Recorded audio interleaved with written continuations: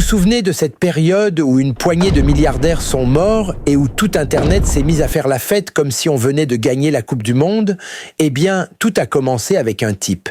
Il s'appelait Stockton Rush, ingénieur, pilote et surtout un rêveur qui voulait vivre l'aventure façon Capitaine Kirk, mais sous l'eau.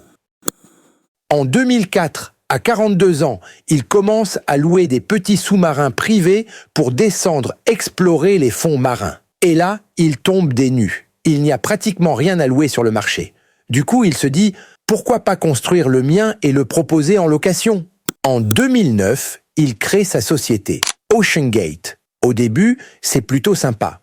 Dès 2016, il emmène déjà des touristes voir l'épave d'un paquebot italien couler au large des côtes. Mais Stockton, lui, voit beaucoup plus grand. Il veut l'expédition qui va faire le buzz mondial, celle dont tout le monde parlera. Et cette destination, c'est évidemment l'épave du Titanic à 3800 mètres de profondeur. Pour y arriver, il faut un submersible capable de résister à une pression écrasante.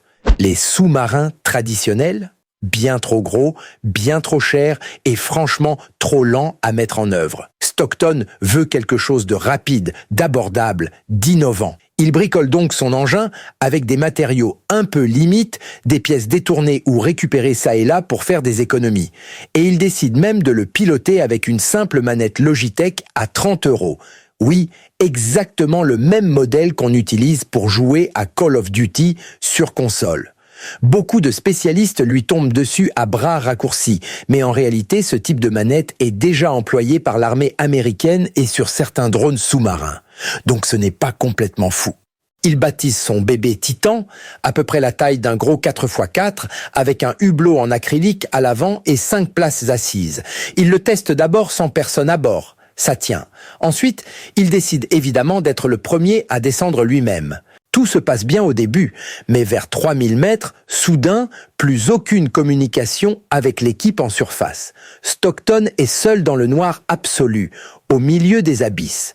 Il regarde par le petit hublot ce monde sous-marin magique, ces créatures étranges qui flottent dans l'obscurité, et il se sent enfin vivre son rêve d'enfant. Celui d'être un véritable explorateur comme le capitaine Kirk dans l'espace infini. Tranquillement, sans panique visible, il pilote le Titan vers la surface et récupère le contact. Quand le Titan refait surface, Stockton célèbre franchement ce succès avec l'équipe d'assistance qui l'attend sur le bateau-mère. Pour lui, cette plongée réussie malgré l'incident mineur est une victoire totale, une preuve que son approche innovante fonctionne. C'est là qu'il lâche, avec cette assurance tranquille qui le caractérise. À un moment, la sécurité, c'est du gaspillage pur et simple. Si vous voulez être vraiment en sécurité, restez au lit et ne sortez jamais. Un de ses ingénieurs, David Lockridge, commence à tirer la sonnette d'alarme. Micro-fissure dans la coque en fibre de carbone, hublot non certifié pour cette profondeur, absence totale de classification par un organisme indépendant. Il exige une vraie certification officielle. Réponse d'OceanGate, licenciement immédiat, 10 minutes pour vider son bureau et escorte jusqu'à la sortie. De 2021 à 2023, malgré 118 incidents techniques recensés, batterie qui lâche, communication perdue pendant des heures entières et même une fois des passagers coincés 27 heures dans le noir complet, ce qui serait largement suffisant pour me faire dire « très peu pour moi, les expéditions continuent ». Et visiblement, ces ultra-riches sont faits d'un autre bois parce qu'ils continuent à payer rubis sur l'ongle. Prix du billet ? 250 000 $ par personne. Clients, des gens fortunés en quête d'adrénaline extrême. À cette époque, OceanGate et Stockton Rush commencent à attirer l'attention des médias du monde entier.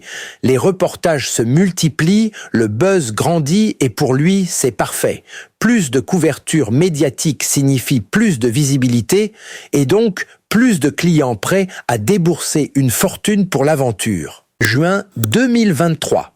Nouvelle plongée avec 5 personnes à bord. Stockton Rush lui-même, le milliardaire britannique Hamish Harding, le milliardaire pakistanais Shahzada Dawood, accompagné de son fils Suleiman, qui n'avait que 19 ans, et l'expert français du Titanic, Paul-Henri Narjolet, surnommé PH par les intimes et très respecté dans le milieu.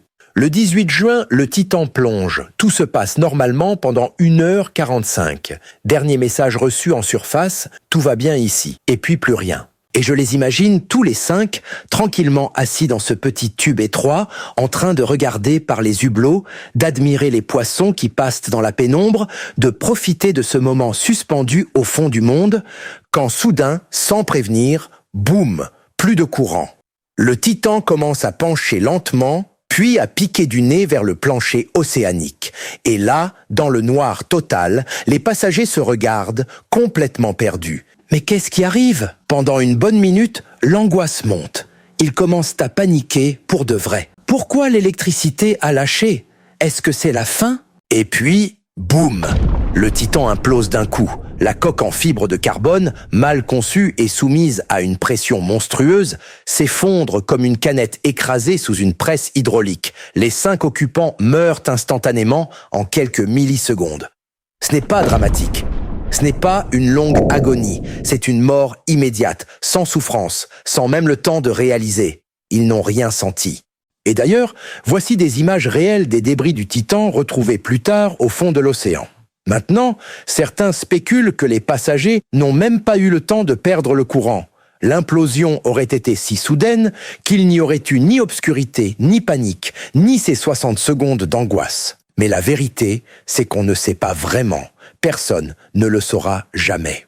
Et quand l'histoire éclate, quand elle envahit tous les écrans, les médias, les réseaux, Internet devient impitoyable. C'est une véritable célébration macabre. Vous vous en souvenez? Le consensus général, c'était « Ouais, ces milliardaires, ils l'ont bien cherché. Bien fait pour eux. » Des mèmes par milliers, des blagues potaches, des montages vidéo, des chansons détournées, des threads entiers pour se moquer sans retenue. Ces gens étaient juste descendus voir le Titanic, explorer les profondeurs, et pendant ce temps, Internet dansait sur leur tombe comme si c'était la fête du siècle. C'était glauque, violent, jubilatoire, et tellement 2023.